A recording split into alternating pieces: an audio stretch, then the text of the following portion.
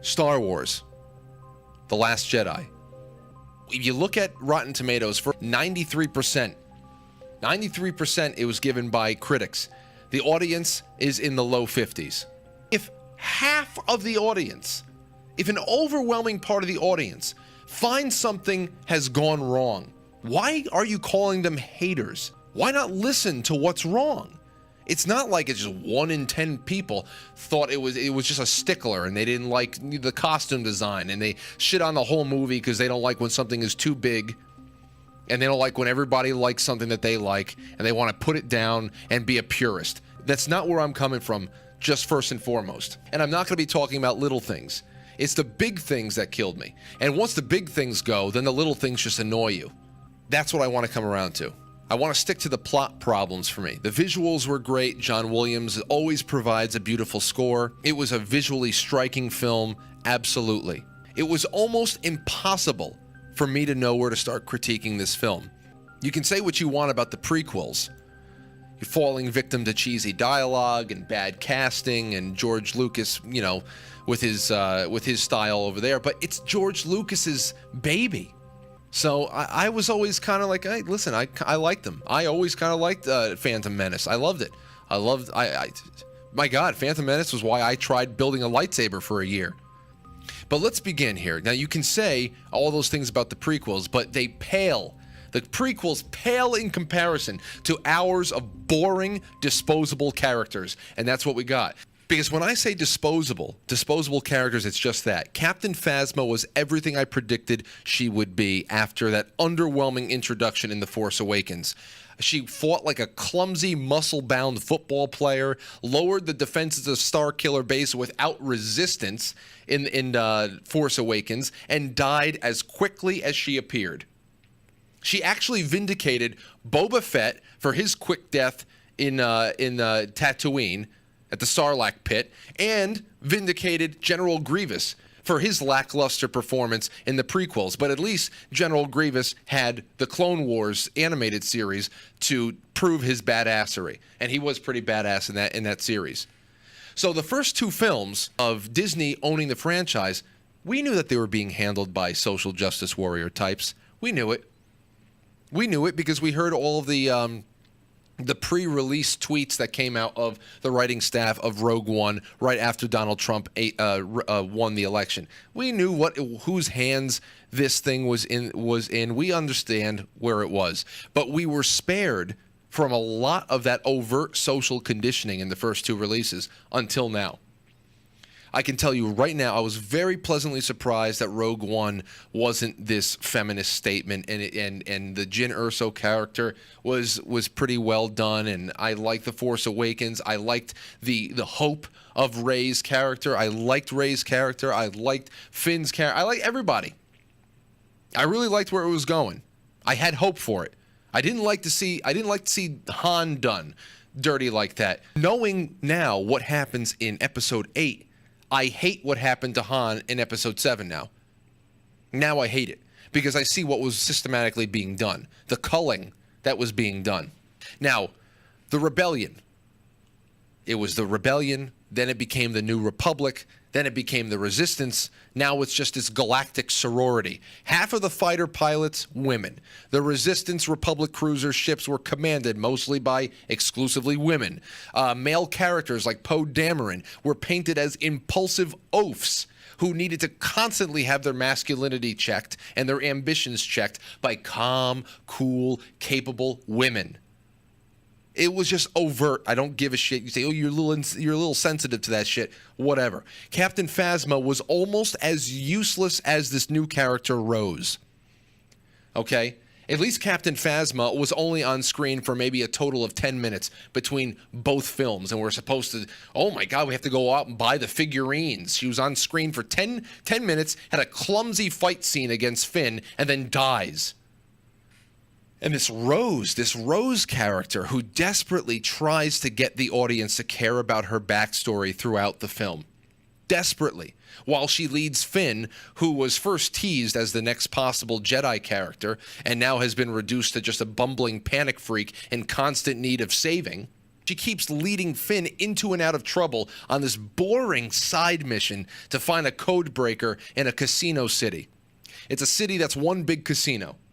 And they're going there. Okay, so I have to tell you a little bit about this. You'll know about that mission soon. But Rose is like this short Asian mechanic who is either really always weeping about something or giving a rousing speech or being dry, sarcastic, wielder of HBO-style snark humor. It was just annoying. It was laid on thick. In fact, she actually takes away Finn's big chance to do something courageous with the Resistance. Kill himself. Okay, so Finn was about to fly a speeder. They're on this, they're on the mineral planet of Crate. Okay, I'll tell you about that in a little bit too.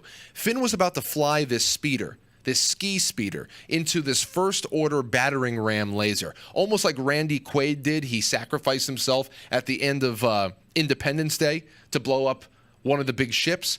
So he's flying right into the center of this battering ram laser to blow it up like Randy Quaid. And Rose, at the last minute, Rose T-bones Finn T-bones Finn's speeder at high speeds to prevent him from sacrificing himself, causing a big wreck. Now, you may ask Frank, if she was trying to save his life, why did she do something so, something that would most assuredly kill both of them? And you would be asking too reasonable of a question, and I would have no answer. She tried to save him by almost killing both of them. And not only that, because not only did she almost kill Finn and herself in this crash, she left both of them stranded right in front of a front line of Imperial walkers with nowhere to go and nowhere to escape. So after the crash, it looks like Rose was going to die, which I was kind of pleased with because I thought, okay, well, at least we can get her over with in episode 8. She's got to get the fuck out of here. But it turns out that she just passed out. And then she and Finn have a kiss. And at no time did I ever suspect that there was any passion between these two, that there was a romance building. In fact, the kiss was confusing to me because their interactions throughout the whole film were so childlike and boring that I never once caught a hint that they were falling for each other. But the biggest waste of time in the film comes down to Finn and Rose and this mission that they went on to this casino city. This killed the entire film because it diverted attention away from where it should have been, and ultimately the whole mission was pointless. They didn't succeed in their mission, and even if they had succeeded in their mission, it wouldn't have mattered, and you'll understand why in a little bit, or if you watch, you'll understand. Early on in this film, at the First Order has this new GPS tracking technology, okay, that can track a ship through hyperspace. So it's one thing to have a tracking bug on somebody's vehicle, but usually throughout the Star Wars chronology, you go into hyperspace and you're lost. That's why the Rebel Alliance was so effective for so many years, because their ships can show up, surprise attack, and then just quickly jet the hell out of there. And it's like space guerrilla warfare. Well, that is all gone now, because now magically, or I guess just where the technology is going, the First Order has GPS tracking technology that can find a ship going through hyperspace. So they're on the trail of these Republic cruisers now. So the plan is hatched now while Leia is in a coma.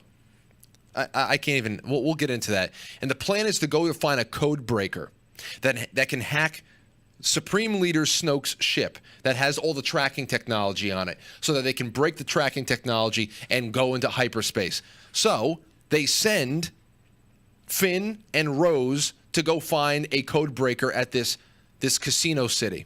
But the only thing that they do find in this mission is a stuttering Benicio del Toro, and ultimately no codes, because then Benicio del Toro turns on them. Okay? Then you have Laura Dern. Laura Dern is playing this character of like this purple-haired admiral that goes on a kamikaze run with a last remaining Republic cruiser and splits Snoke's ship right in half. She goes into hyperspace pointing at this giant ship that was pretty much the home headquarters, a moving home headquarters for the First Order. This was a ship that Finn and Rose were off on this half-hour-long mission, half hour of movie time, mission to go find a code breaker to finally break this thing down. Meanwhile, Laura Dern just turns the whole ship around and kills herself and splits the whole thing in two. So now Finn and Rosa did all that for no reason. And the whole time, Leia apparently had her own idea of getting all of these Republic transport ships to go and jettison and go off toward the near system of Crate that I just told you about. Okay, so all of this stuff, there's two plans in place that already made Finn and Rose's mission completely pointless. Completely pointless. There's the suicide plan, and then there was Princess Leia's escape plan. So how does that not make your head want to explode? All of that wasted time so we can be forced to consume this Rose character like a baby is forced to consume mashed carrots. It was so annoying. So annoying. I'm telling you, when that character came up wounded, I thought she was dead. I went, oh, thank God. Thank God it's all over. But it wasn't. Just beginning. She's just a lowly mechanic, but I'm sure she'll be a major commander in episode 9. So the other thing that Finn and Rose's stupid time-consuming adventure did was take away precious opportunities to catch up with Luke Skywalker. Luke Skywalker. Now, we start right where The Force Awakens left off. Rey shows up to Luke's hideout on Ahch-To, this place that looks like it looks like Ireland or Scotland, okay? You have all these little archipelagos. She's standing there presenting him Anakin Skywalker, his father's lightsaber. You all remember how the first one left off. She's holding it out, and he turns around like, what the fuck? Who the hell are you, and what is this? And you would think that would be the first thing that he asks her.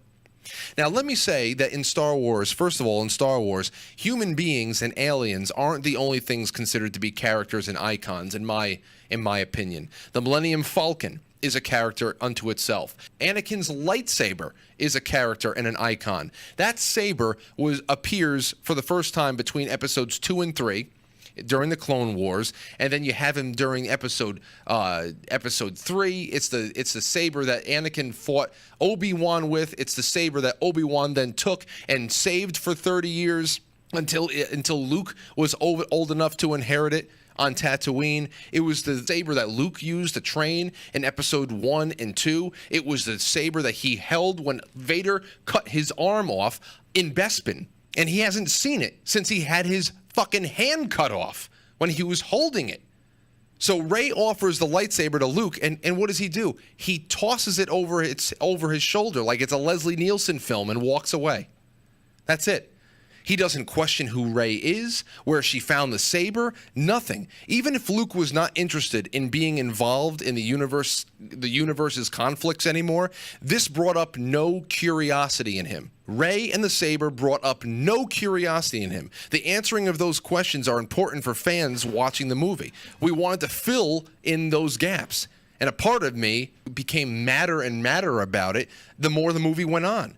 At first, I laughed with everyone else when he threw it over his shoulder, but by the end of the film, I realized that throwing the lightsaber away was just the beginning of a 2.5-hour trolling that this movie was. And then at the end of the film, the lightsaber is just destroyed.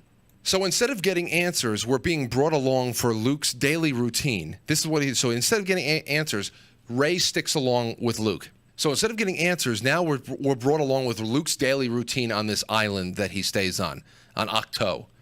Okay? We're brought along for his daily routine of pole vaulting across cliffs, drinking slimy green breast milk from these sea cows. That's not an exaggeration. He squeezes green milk from the tits of an animal that's sitting along the shoreline and squirts it into his mouth like a horny homeless man who hasn't sucked a dick in weeks. It was the weirdest thing.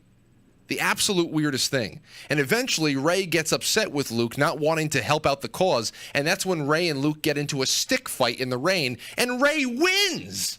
We don't get a lightsaber battle, but we get a stick fight between Rey and Luke, and Rey wins.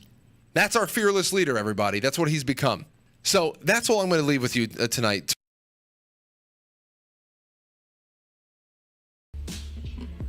Because I have something to finish, and what I need to finish with you is Star Wars. Now, The Hollywood Reporter says that Star Wars Last Jedi, the toy shipments have been down sharply from Force Awakens. Showbiz44 says, updated Star Wars box office decline. Last Jedi first Tuesday receipts are down 42% off from The Force Awakens. Monday's box office numbers turned up a new glitch in the numbers for Last Jedi. And they're saying, I don't understand why. There's a feeling that Jedi is soft in the box office. I don't know why. It's just as good, if not better, than Force Awakens. And it has major plot developments for Star Wars fans. Well, Showbiz41 writer is a dickweed who doesn't know what he's talking about. That's right. I'm here to say that he doesn't know a goddamn thing he's talking about. Now, the last time we were talking about Luke Skywalker and the problems I started having with his character in this film. Before, I was telling you about his daily habits on this Octo, on this saying goodbye to the world. Goodbye, world. I want nothing to do with anything, even though I'm responsible for the reason why it's so fucked up right now. It's just so unbecoming of his character. And to say, oh, well, you know, maybe his character changed. No, it didn't. Yeah, it's changed now because Rian Johnson and the writers over there at Disney actually penned to paper that it changed. And now it is the reality of the story. You're right. It is the reality. But prior to this release, the only thing we knew about Luke Skywalker was his character, and we're going to talk about that tonight. What we know about him now is that he likes sucking from the tits of sea cows and staring at Rey while he does it, like he was a horny homeless guy who hadn't sucked a dick in weeks. So that's just pretty much it. So Luke promises Rey 3 lessons in this, and he delivers only 2 half-assed lessons. One lesson is Rey sitting on a rock listening to Luke talk about the nature of the Force, things we already knew. Things that she obviously could already feel because he says, what do you see? What do you whatever? And she's talking very articulately about things. It's like, okay, they're forcing her along. I was like, okay, well, I stayed curious until the end of the film, but then I knew there was no hope after a while. And then when she reaches out with her feelings and finds the dark side is when Luke finally feels her strength. I don't understand that. I mean, Jedi can identify each other easily. In fact, if you know anything about Palpatine and the story of Palpatine, there is a really great book called Plagueis, Palpatine's master. And it goes into the actual training of the Sith here and a Force user and how a Force user needs to be able to find a way to hide who they are, to be able to suppress their Force sensitivity. That's why it was so impressive of Palpatine to have been, have risen in the ranks of the Galactic Senate, become the Chancellor, and then, of course, once he wanted to reveal himself to the Jedi, he did. But nobody knew, and he was right there the whole time. So, and this is just off of established Star Wars precedent. How Luke didn't think to ask who she was or anything until later on? It just didn't get to me. She's standing in front of him with a lightsaber he hasn't seen since his hand was cut off, and he throws it over his shoulder like it's a salt shaker, and that's it. Didn't want to know anything. He's that unplugged? That just didn't make sense to me at all. Here's a couple of side notes here. Chewbacca and R2 are on the Millennium Falcon. Luke barely interacts with them. I didn't like that. I wanted them to catch up more. Now, he has a really great interaction with R2. Really awesome. It's one of those scenes that I just really loved in this film. Rey also catches a glimpse of Luke Skywalker's X-Wing. It's been submerged underwater. And I'm thinking to myself, that's good to know that that's there. Because you know what? It's a space vehicle. If it could travel through hyperspace, it's probably waterproof. I'm thinking, is there a possibility that is raised once again, and Luke takes off and goes and gets back on the saddle and helps right the ship with a new Padawan? Nope. No, nothing cool like that. Now, what's the underlying thing that I'm trying to take away from all this? It's that the history of these characters and their once great union factored in very little with Disney and what they decided to do going forward. I understand Harrison Ford probably would not have been able to be brought back for a second film. He dislikes the whole franchise so much. But still, Luke and Leia, they're never in the same room together. Luke, Leia, Chewie. I mean, something. They're never in the same room together. They're just picked off one by one. It was just wrong. Walking into the theater, I said, Luke is older. He's grizzled. He's a Jedi master. He's got the wisdom, the strength. I understand he's resigned from his failure at the Jedi Academy. Sure, I can understand that. Like, maybe he just needed a breather. Maybe he can't bear what he did and he just has to go away for a while. But it's not like, I mean, he can't be that unreasonable. But, you know, but still, Skywalker's nature, even in the worst of times, was hopeful, enthusiastic, and committed to his friends. And not only did you have friends in the mix here, and friends in danger, but you had family in danger.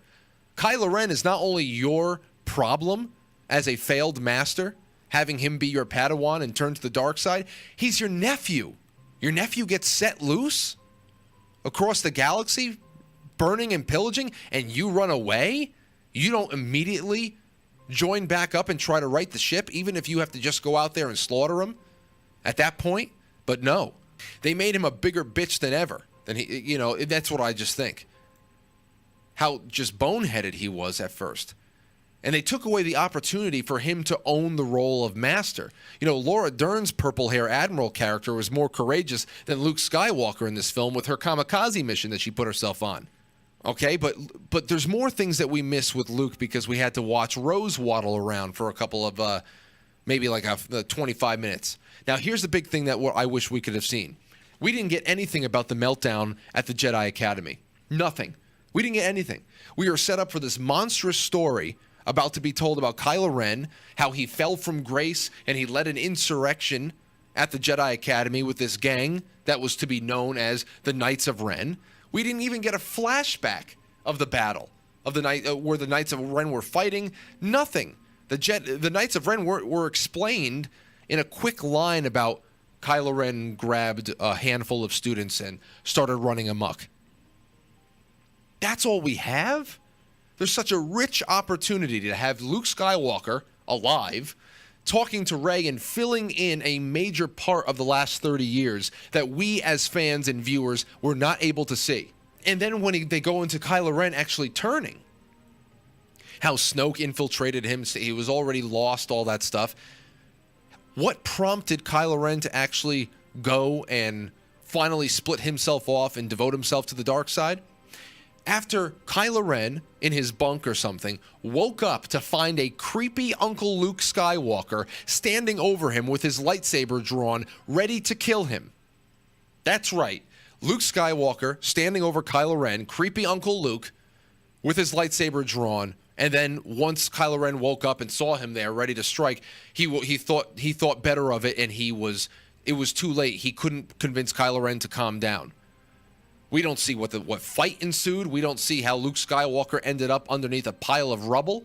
Don't know. If you say, well, maybe you'll get that in 9. Why did you sacrifice 8 for it? We could have had it in 8. Nothing happened. You had entire parts of this. You had entire missions of this film going to nothing. Rose and Finn, that mission, did nothing but try to sell us the character of Rose, who was boring. I would have much rather liked to see a combat sequence from the Jedi Academy as it's burning down. So, you know, Rian Johnson and Disney are telling us that Luke, the same character who would not fight Vader, who refused to fight his father because he sensed a conflict within him, that same character, that same Luke, sensed a similar conflict in his 19-year-old nephew, and his first instinct was to murder him in his sleep. This is where my problems come from. They've destroyed a character that was boyish in his enthusiasm and his dedication. Destroyed him because he made a mistake? Because he made a mistake? That's not taking Star Wars into a bold new direction. I'm sorry. Abandoning the virtues that made a character heroic so that a new generation of characters can take the lead is dumb. There are other ways to pass the torch to the next generation. Why do you have to do these characters dirty? You know, Luke messes up, he costs lives, and then retreats, while Kylo Ren, his own creation and family member, crusades around the galaxy murdering people, and Luke just leaves? And listen, Mark Hamill himself trying to be a team player while mourning the loss of his character. He said some things. I want you to listen to this shit. Listen to this. This is Mark Hamill talking on numerous occasions about Luke Skywalker, pretty much getting us prepared for what was coming. And when you watch this, I want you to watch Mark Hamill's face, because this is everything to him. This character is everything to him. His legacy as a professional, as I mean, he really gave himself over to it. Leia, you know, Carrie Fisher, like making jokes about Luke, Leia, and in Star Wars and Wookiees and that. Harrison Ford couldn't stand it. Luke embraced the fans. Mark Hamill embraced the fans. He embraced the comic book community. He is a fanboy himself. And to have this taken from him at 66 years old, it's really, really upsetting. Listen to this. Guy, how did the most optimistic, hopeful character in the galaxy turn into this hermit who says it's time for the Jedi to end? I read that and I said, what? I mean, that's not what a Jedi does. I mean, a Jedi is optimistic. A Jedi has tenacity. And look at his face. He's not talking from a place like, this was my initial reaction, and then, you know, I came around to it. It's like, no, this is wrong. I'm going to do it because, once again, he's dedicated to the fans, and it's a paycheck, and he's an actor, and it's good to work. But you know where his heart is at. I never, ever doubt Mark Hamill's heart. I hope I get to talk to him one day. Never gives up. He doesn't secrete himself on an island, but you'll see. I said to Ryan, I'm so surprised how you see Luke. I mean, when I read 8, I told Ryan, I fundamentally disagree with virtually everything you've decided about my character. So there you go. I mean, he pulls from multiple interviews. This is not just one slip of the tongue of Mark Hamill. He's very, very openly upset with it, and I am too. For all those reasons. Not because I don't want the baby elephants to come into the tent. Not because I want to own Star Wars in some kind of a selfish fanboy kind of a way. I have pushed Star Wars onto people as a story about humankind forever. Said, well, please watch it, give it a chance. Some people do, some people don't. Whatever. So I have a couple of suggestions. A flashback of the uprising. That would have been great. That would have been great to have seen that. That would be so awesome. Also, scene 2 I would love to have seen. Luke seeks the counsel of Yoda, Obi-Wan, and or Anakin at that play. You know, how should I act? You know, should I snap out of it? Should I leave the island? I would have loved to have seen that. I would have loved to have seen Luke raise his X-Wing from the waters. R2, who was already on the island, jump back into the X-Wing. Have Rey and Chewie in the Falcon.